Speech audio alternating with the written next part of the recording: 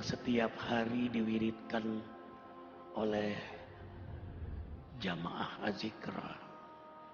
Ada 7 sunnah harian, sholat malam, tahajud, membaca Quran, berjamaah di masjid dimulai di waktu subuh, sholat duha, sedekah, jaga wudhu, zikir, istighfar, sholawat setiap kesempatan. 7 sunnah harian. Lalu 7 surah yang di hari pertama Yasin. Yasin itu menghidupkan hati. Jadi kalau setiap hari kita baca Yasin, qalbul Quran, hati kita hidup dengan nur hidayah Allah. Denyut jantung kita itu dijaga dalam hidayahnya.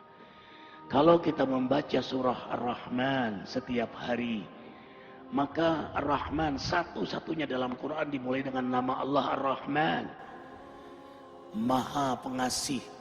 Maka kita yang membacanya disayangi, dikasihi, dicintai, disukai oleh Allah. Kalau Allah sudah suka, sayang, cinta, kasih sama kita, maka para malaikat yang mulia pun mencintai kita. Kemudian para hamba-hamba Allah yang mulia, para nabinya, para walinya yang dicintai oleh Allah, mereka mencintai Allah, maka mereka pun akan mencintai kita. Kemudian yang keempat, hikmah Rahman, tumbuh sifat rahmat pada diri kita. Rahmat, kasih sayang. Sayang akhirnya kita sama keluarga kita. Seorang suami yang setiap hari baca Rahman, dia sayang pada istrinya, dia sayang pada anaknya, dia sayang kepada keluarganya, zuriatnya, sayang dia pada tetangganya, sayang dia pada umat manusia. Dia akan punya sifat rahmat, dermawan, rendah hati, tidak pernah merasa diri paling suci, tanpa kehilangan ketegasan dan keberanian pada dirinya. Itu rahasia Rahman di antaranya. Makanya setiap hari bacalah Ar-Rahman. Kemudian Al-Waqi'ah yang ketiga. Kenapa Al-Waqi'ah? Di antara hikmahnya, tidak akan pernah susah kita di dunia ini. Nggak akan menderita di dunia, tidak akan menderita sakaratul maut, tidak akan menderita di alam kubur, apalagi di akhirat nanti. Baca surah Al-Waqi'ah, coba baca terjemahan tafsirnya, dahsyat sekali. Kemudian membaca surah Al-Muluk yang keempat, setiap hari. Tabarakalladzi biyadihil muluk. Kalau kita setiap hari membaca surah Al-Muluk, apapun yang kita lakukan, yang Allah amanahkan pada diri kita, siapapun yang dekat dengan kita, diberkahi oleh Allah. Dahsyat surah Al-Muluk itu. Kita punya rezeki, berkah. Kita punya sehat, berkah. Kita sakit, sakit kita berkah. Membuat kita dekat kepada Allah. Kita punya rumah tangga berkah. Kita punya pekerjaan, pekerjaan kita berkah. Seorang juru dakwah yang setiap hari membaca surah Al-Muluk, dakwahnya berkah, jamaahnya berkah. Arifin ketika mengunjungi satu pesantren di Cianjur, apa kata Pak Kiai, kata ajangan itu, Ustadz Arifin, carilah sahabat, carilah guru yang setiap hari dia membaca surah Al-Muluk. Kenapa ajangan?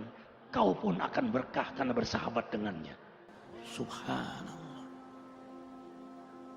Allahu Akbar. Bayangkan kalau suami membaca surah Al-Muluk, istri membaca surah Al-Muluk, anak baca surah Al-Muluk.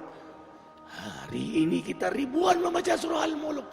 Gimana nggak berkah majelis ini? Gimana nggak berkah ikhwah semuanya? Kemudian membaca surah Al-Jin, tidak diganggu oleh jin. Mereka yang setiap hari mewiridkan surah jin dan dikenal oleh jin-jin muslim. Kemudian membaca surah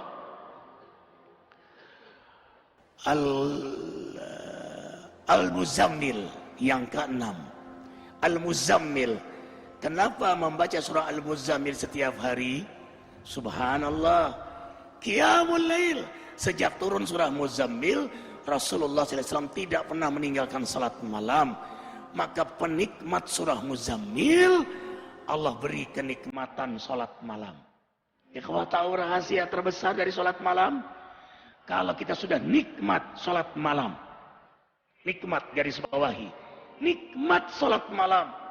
Mau tidur saja senang. Nanti malam hamba menghadapmu ya Allah. Yang Allah gambarkan dalam surah Al-Furqan ayat 64. Walladzina yabituna li rabbihim sujada wa qiyama. Hamba-hamba yang beriman itu senang sekali begadang malam karena menikmati lama sujud dan berdiri di hadapan Allah.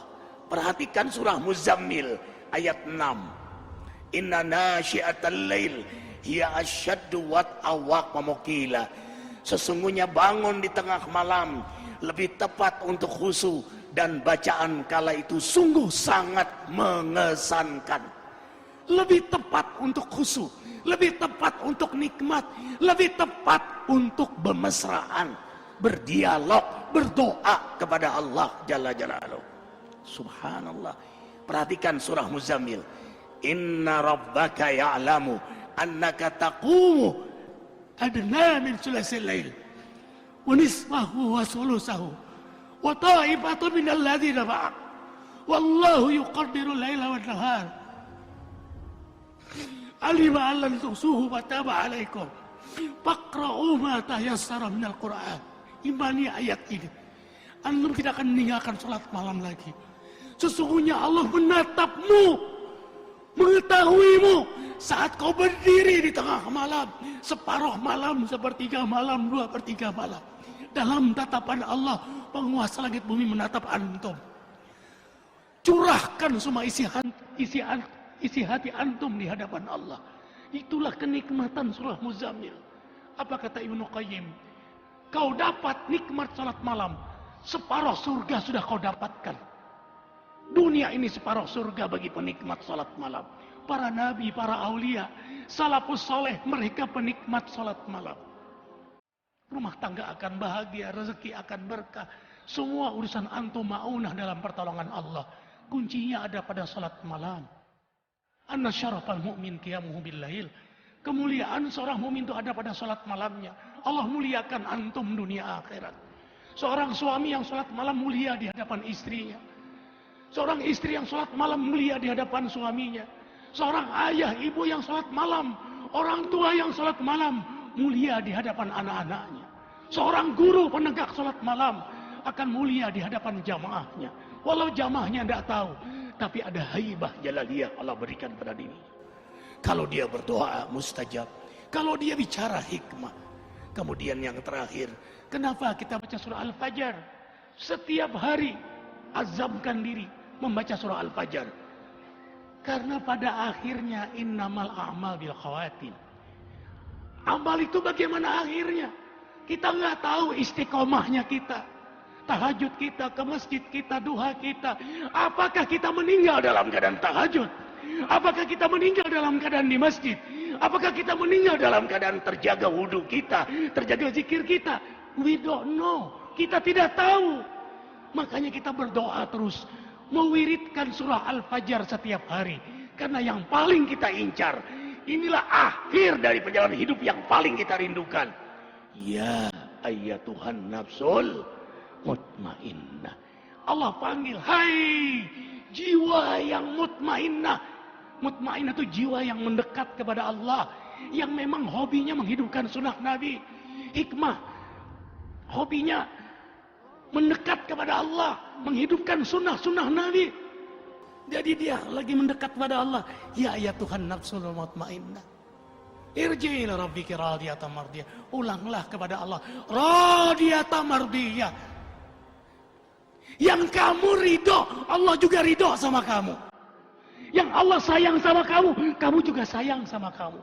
Yang Allah rindu pada kamu, kamu juga rindu pada Allah. Bertemu kekasih dengan kekasih. Wadkhuli fi ibadi, kau memang hambaku. Wadkhuli jannati. Makanya diulang sampai 3 kali. Antum salat malam, baca surah Al-Fajr. Pada saat ya Tuhan nafsul mutmainnah, ulang 3 kali. Kalau bisa diposisikan ini rakaat yang ke-8. Rakaat yang ke-8 terakhir. Karena 3 witir. Yang terakhir kau ulanglah. ya Tuhan nafsul mutmainnah. Minta di situ kepada Allah Jalla Jalaluh. Karena pada akhirnya kita semua ditentukan adalah pada saat kita wafat. Insya Allah, dengarkan, matan nas ya'isuhum, manusia meninggal sesuai dengan harapan dan kebiasaannya. Harapan kita husnul khotimah, kebiasaan kita membaca surah Al-Fajr. Yakin posisi itu kita diwafatkan oleh Allah. Diwafatkan oleh Allah.